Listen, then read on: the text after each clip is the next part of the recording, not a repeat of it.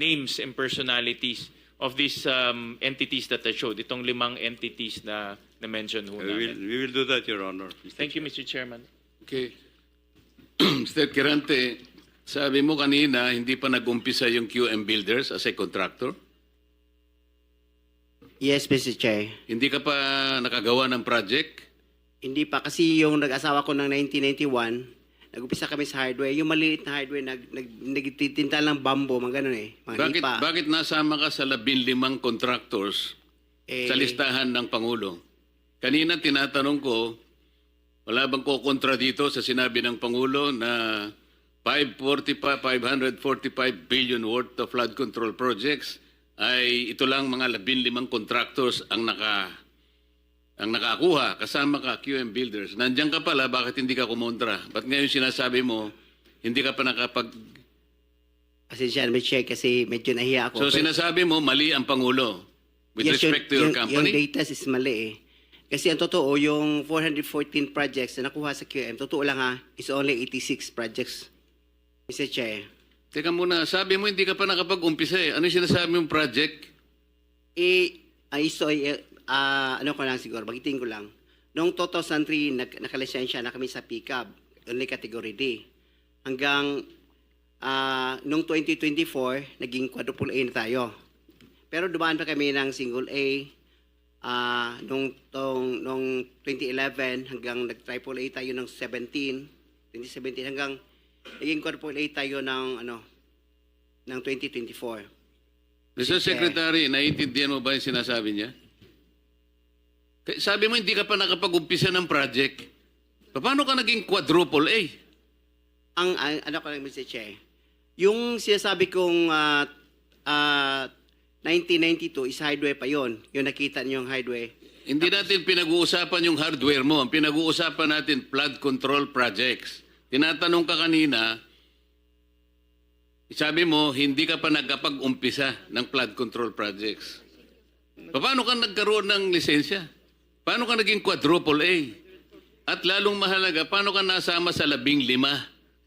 Gumawa ka na ng flood control project. Gumawa na tayo ng flood control project. O ngayon gumawa ka na naman. Ano ba talaga yung totoo? Baka hindi ka makauwi sa araw na ito. Nagsisinungaling ka na naman eh. Ang sinabi ng Pangulo, kasama ka sa 15. Tama, Mr. Huwag mong Chair. mamaliitin ito. Bagatas dito, aartihin mo kami, sasabihin mo, hindi ka pa nagumpisa ka isang hardware. May problema dito eh. Ano na yan, history lang yung sinasabi ko, Mr. Chair. Ano na yung totoo? Yung totoo, may lisensya na tayo na quadruple A ngayon. O ngayon nga, ngayon meron ka ng quadruple. Yes, Mr. Chair. O, ilang project ang na-execute mo na? Marami na eh. O kanina sinabi mo, hindi ka pa nakapag-umpisa eh. Meron akong hawak na martilyo rito, sinasabi ko sa'yo. Mr. Chair. Huwag kang tatawa-tawa kasi hindi nakakatawa ito ha. Mr. Chairman. Dito lang nagsisinungaling ka na eh. Mr. Chairman, if I may. Yes, Mr. Mukhang Senator. nahihirapan kasi si Mr. Kirante mag-explain. Tama ba to? Ang sabi mo kanina, hindi ka pa incorporated at ngayon incorporated ka na in 2024. Yes. Okay. No. Hindi rin. Yung incorporated, yung on process pa yon, hindi pa namin na-approve. So lahat ng project na ginawa mo, sole proprietor. Yes, Your Honor. So nakapag-project ka na. Yes, Your Honor. Ano yung sinasabi mong hindi ka pa nagsisimula or hindi mo pa nagagawa? Yung incorporated, kasi hindi pa na-approve yung namin, hindi pa naman na-practice, hindi pa na-transfer from sole proprietorship into... So kaklaruhin ko lang, marami ka ng project at tama na isa ka sa top 15, correct, Mr. Kirante? Yes, Your Honor. Pero hindi ka pa incorporated. Hindi pa. Yun sole yung pa rin. sinasabi mong hindi ka pa incorporated. Yes, Your Honor. Yun yung binabanggit niya kanina, Mr. Chairman. Malabo pa rin eh. Mr. Secretary, tumatanggap ka ng isang sole proprietorship na mag-undertake ng flood control? Well, Mr. Chair, actually, he has the pickup license. His Paano siya license- nagkaroon ng pick-up license as a contractor? He has the a pickup license. Paano ka Accredited. nakakuha ng pick-up license, Wala pa Mr. nung, Kirante? no- Sole wala- proprietorship ka lang? Yes, Mr. Chair. Kailan mo nakakuha yan? 2003. Hanggang nag-upgrade tayo sa 2007, naging B tayo. Hanggang 2011, naging A tayo. Yung 2017, naging triple A tayo. Ano yung net financial contracting capacity mo as a sole proprietorship? 40 billion, Mr. Chair. 40 billion? Yes, Mr. Chair. Yung financial statement mo, padala mo sa amin.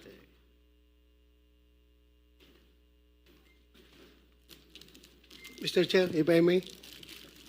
Mr. Chair, Teka muna, si Senator JB muna para matapos natin lahat.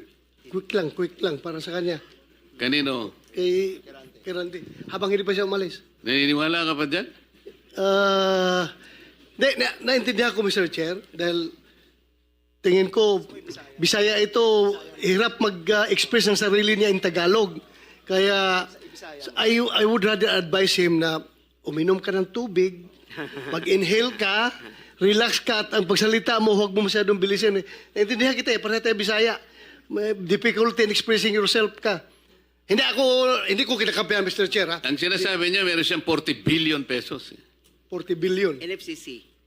40 billion ang sinasabi niya. NFCC, Mr. Chair. Kaya nga, 40 billion pesos. Yes, Mr. Chair. Oh. Naniniwala ka, Mr. Senator? Ano yung NFTC, Mr. Chair? Hindi ko... Net? Net financial contracting capacity. Totoo, tinoon na, bay. Ha? Yeah. May 40 Yes. billion ka. Yes. Nakadeposito sa bangko na. Unsa man na? Ay, Paano? hindi. Yung NFCC kinuha sa... Ano yan? Yen o pesos? Asset yan. Kasi yung NFCC, kinocompute ng times 15 yon, Mr. Chair. Halimbawa, may 1 billion ka sa bangko. Pwede ka sa 15 billion. Mm. So, halimbawa, may pera ka sa bangko na 2 billion, ibig sabihin, pwede ka sa 30 billion. Yan ang computation. Kaya tayo yung pera natin, kasama na yung mga assets, more than 2 billion. Kaya, i-multiply natin ng 15, abot ng 40 billion. Kaya kami monta at hanggang 40 billion. Mr. Chairman. Mr. Kirante, ito tinitignan. Ano yung 2015 na QM Builders Incorporated? Ina-apply namin dyan sa SEC, Pero Your Honor. 2015 pa siya. Pero hindi pa namin tinatransfer Transfer to? to sole proprietorship into incorporated. Hindi, ito, incorporated na ito eh. This is a corporation. Kasi ang explanation ng bookkeeper natin, yung ano natin gahandol, yung experience from sole proprietorship, itatransfer muna sa Hindi, incorporated. iba yung experience, iba yung corporate entity. Incorporate entity is 2015 nandyan na siya. Pero sinasabi nyo, walang nangyayari. Wala nangyayari. Ang Ina-apply lang. ginagamit nyo since noon pa ay yung inyong sole proprietor. Yes, Your Diyan Honor. pumapasok inyong income, in other words. Yan rin ginagamit nyo pagbibid ng mga projects. Yes, Your Honor. Tama? Ganun pa? Ganun ba ho ang interpret? So, dalawang entity, yung sole proprietor at yung incorporation. Yes, Your Honor. Okay. Sabit nyo na lang ho sa amin yung mga dokumento na yan.